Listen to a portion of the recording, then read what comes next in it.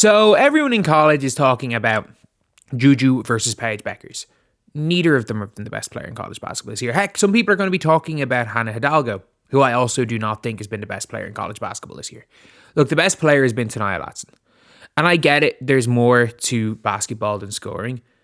But like, Tania Latson is the best player in NCAA college basketball. Like, look, she's somebody who is eligible for this year's draft, is not going to go in this year's draft. But if she went in this year's draft, is probably the number 2 pick in the 2026 WNBA draft, which is considered a pretty good draft with the likes of Lauren Betts, Reagan Beers, possibly Flaujae, Kiki Rice, these type of players, maybe Janiah Barker, who knows if she ends up coming out next year or this year. Tania Latson is still, in my opinion, like top, maybe the number 1 pick in next year's draft. She is freakishly good. And you might be saying, it's like, oh, she's averaging 28 points per game. Like, yeah, that's a lot, but it's nothing spectacular. Lads, I'm going to show you guys her game logs. She's doing it on 51% shooting. By the way, she is shooting 47% from 3 on like 5 attempts a game. So, she had an 8-point game where she only played a couple of minutes a few games ago.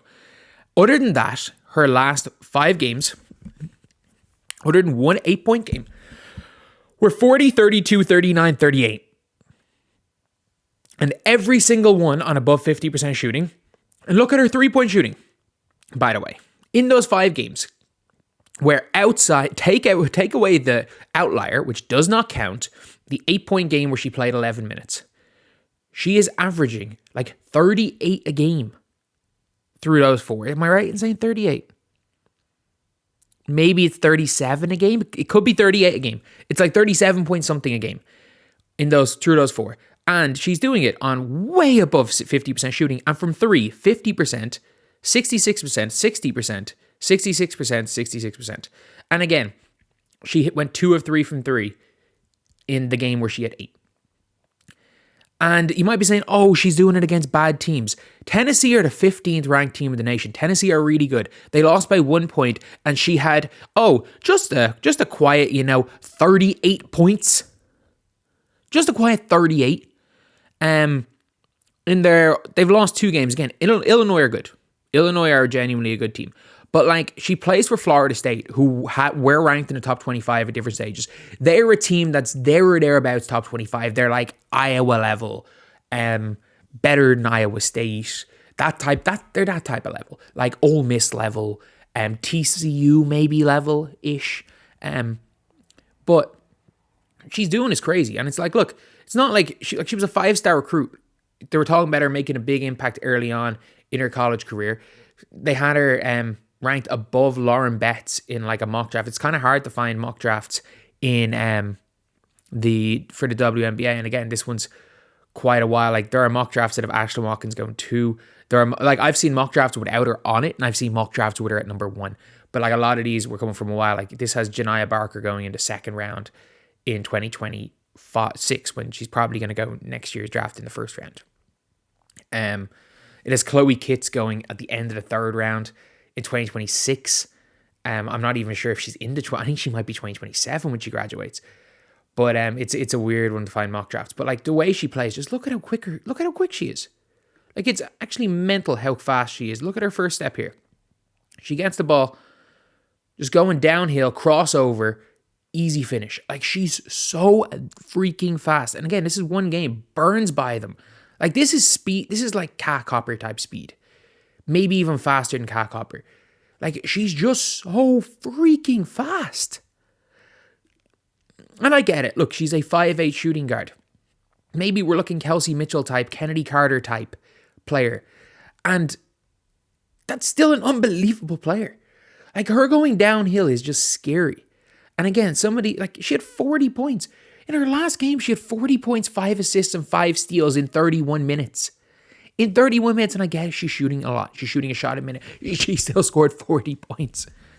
She scored 40 points on 28 shots with 5 assists and 5 steals. And again, she only played 31 minutes. Like, she is a bucket.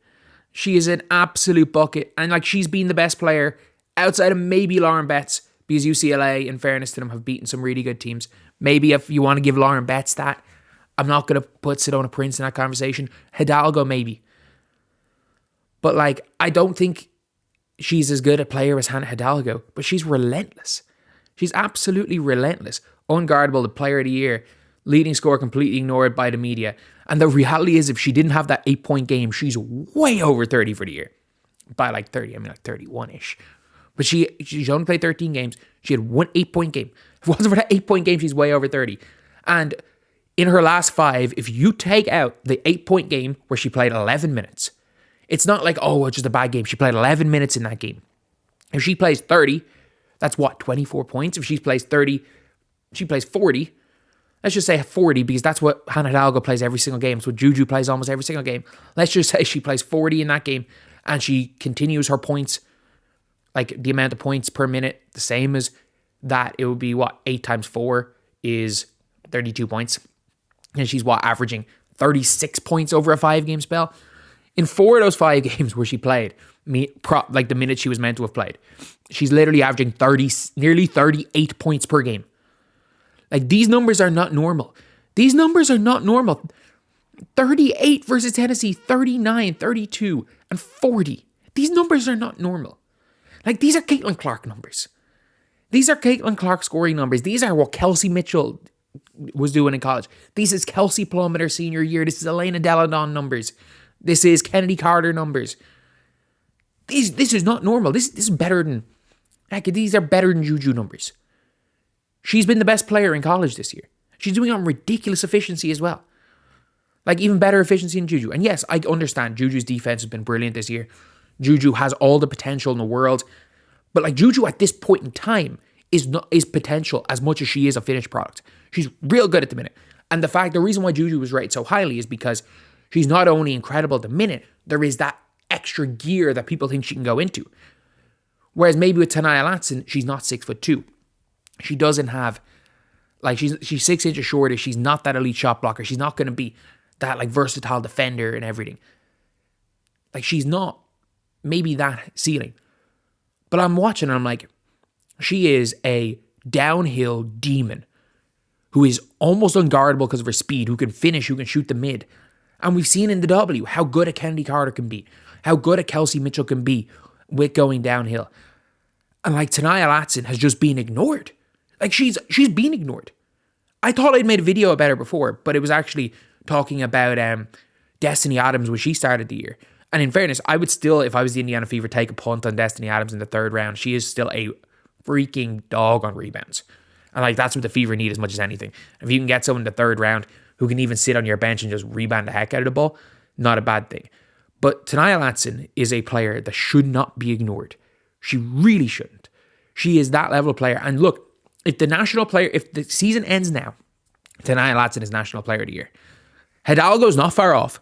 Lauren Betts, not far off.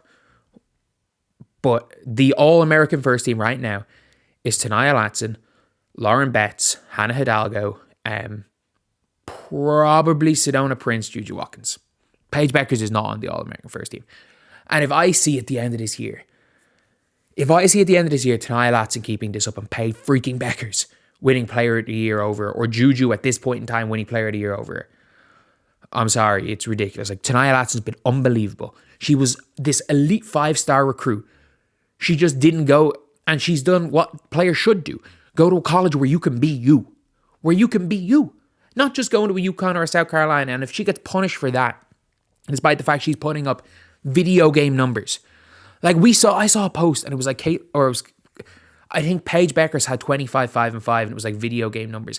I'm sorry, if what Paige Beckers is doing in video game numbers, then Tanaya Latson is doing what you do when you're playing a video game. You put all of your stats up to 99, you just never miss. If Paige is video game numbers, then that's how you can describe Tanaya Latson.